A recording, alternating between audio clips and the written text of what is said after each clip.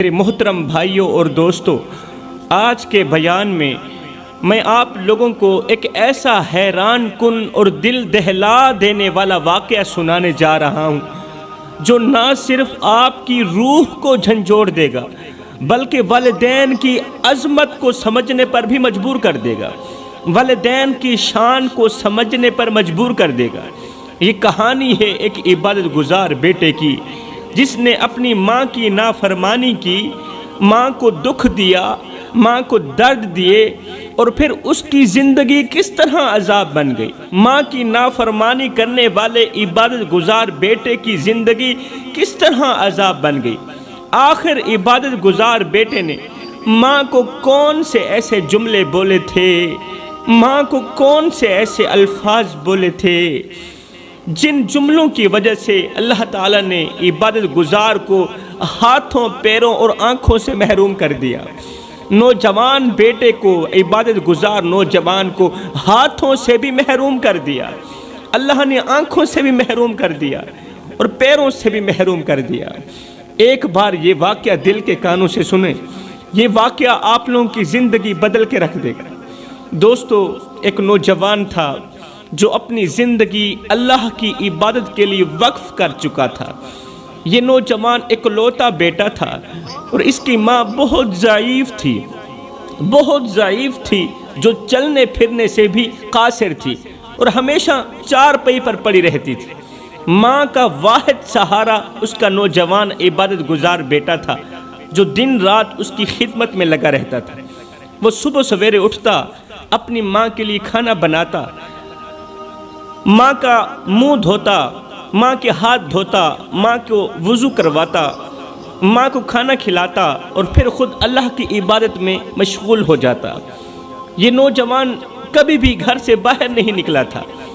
گاؤں کے لوگ اکثر اس کی تعریف کرتے تھے، اسے اللہ والا کہتے تھے۔ گاؤں کے لوگ کہتے، اے نوجوان، اللہ تمہاری ماں کی خدمت کے صدقے تمہیں جنت عطا کرے۔ اور اللہ بھی اس کی خدمت سے بہت زیادہ خوش تھا۔ جب وہ بوڑھی ماں کی خدمت کرتا، نوکری کرتا، تو اللہ بھی اس کی اس خدمت سے بہت زیادہ خوش تھا اور کہیں نہ کہیں سے رزق کا بندوبست ہو ہی جاتا تھا، لیکن وہ گھر سے باہر نہیں نکلتا تھا۔ ایک دن اس نوجوان کے دل میں ایک خواہش نے جنم لیا، ایک خواہش پیدا ہوئی۔ اس نے اپنی ماں کے پاس جا کر کہا، اماں، میرا دل چاہتا ہے کہ میں اس سال حج پر جاؤں۔ اللہ کے گھر کی زیارت ہر مسلمان کی آرزو ہوتی ہے، ہر مسلمان کی تمنا ہوتی ہے، اور میں چاہتا ہوں یہ فریضہ میں بھی ادا کر سکوں۔ ماں جو ہمیشہ اپنے بیٹے کے لیے دعائیں کرتی رہتی تھی، آج بیٹے کی بات سن کر خاموش ہو گئی۔ ماں چپ ہو گئی، اس کی آنکھوں میں اداسی جھلکنے لگی، کیونکہ وہ جانتی تھی کہ اگر اس کا بیٹا حج پر چلا گیا تو اس کی خدمت کون کرے گا؟ پھر ماں کی نوکری کون کرے گا؟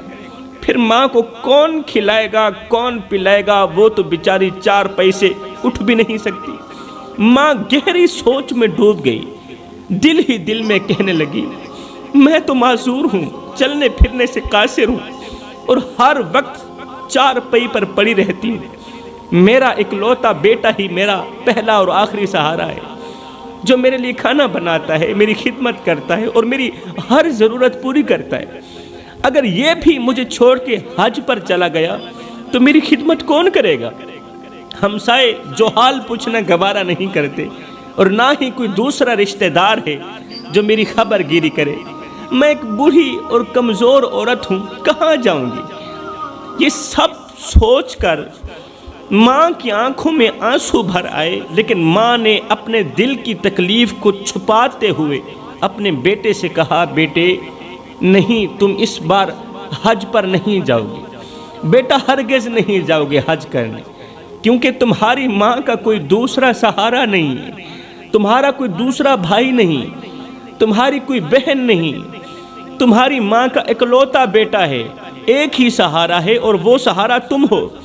تمہارا حج میری خدمت میں ہی ہے، تمہارا حج تیری ماں کی نوکری میں ہے۔ اللہ فرماتا ہے کہ جو شخص اپنے والدین کی خدمت کرتا ہے وہ اللہ کی خوشنودی حاصل کرتا ہے، اللہ اس پر بہت زیادہ خوش ہوتا ہے۔ یہ ضروری نہیں کہ حج کرنے والے پر ہی اللہ بہت زیادہ خوش ہو، کبھی کبھار ماں باپ کی خدمت کرنے والے پر بھی اللہ تعالیٰ بہت زیادہ خوش ہو جاتا ہے۔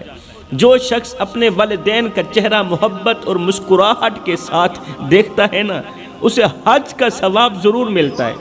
بیٹا، تمہاری ماں کی خدمت ہی تمہارے لیے جنت کا راستہ ہے، اور یہی تمہارے لیے بہت بڑی ذمہ داری ہے، اور یہی تمہاری سب سے بڑی عبادت ہے۔ ماں کی بات سن کر وہ نوجوان بے قابو ہو گیا۔ اس کے دل میں غصے کا ایک طوفان اٹھ کھڑا ہوا۔ بیٹا غصے میں آگ بگولا ہو گیا۔ وہ جذبات میں آ کر ماں کے سامنے چیخ پڑا۔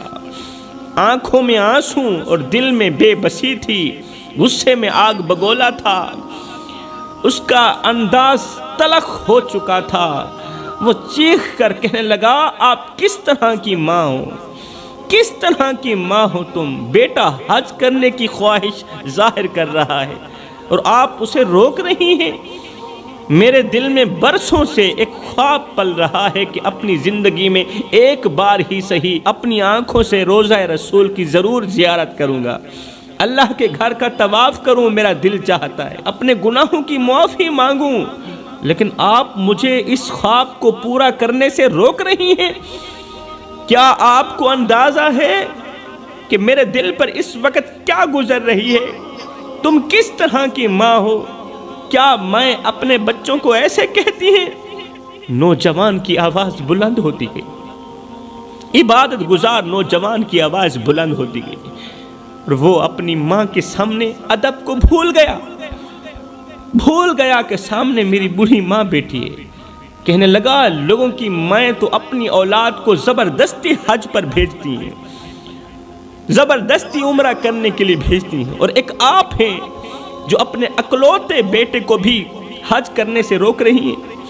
میں نے اپنی پوری زندگی تیری خدمت میں گزار دی، تیرے لیے کھانا بنایا، تجھے سنبھالا، تجھے نہلایا، تجھے پلایا، کبھی بھی کسی موڑ پر بھی تیری بات کا انکار نہیں کیا، اور آج جب میں اپنی زندگی کی سب سے بڑی خواہش پوری کرنا چاہتا ہوں تو آپ مجھے روک رہی ہیں۔ یہ کیسا انصاف ہے؟ اس کا مطلب تم اندر سے اور ہو، باہر سے اور ہو۔ باہر سے تو مجھے دعائیں دیتی ہو اور اندر سے مجھے کعبے کا طواف نہیں کرنے دیتی۔ کس طرح کی ماں ہو؟ یہ تو منافقوں کی نشانی ہے، اندر سے اور باہر سے اور۔ بیٹا جذبات میں دب کر مزید کہنے لگا، کیسا دل ہے تیرا مسلمان، میں تو ایسی نہیں ہوتی جس طرح تو ہے۔ ماں بیٹے کا تلخ لہجہ سن رہی تھی، اندر ہی اندر ٹوٹ رہی تھی، اس کے چہرے پر اداسی اور آنکھوں میں بے بسی تھی، لیکن اس نے ایک لفظ بھی نہ کہا۔ ماں روتی رہی، لیکن ماں نے ایک لفظ بھی نہ کہا۔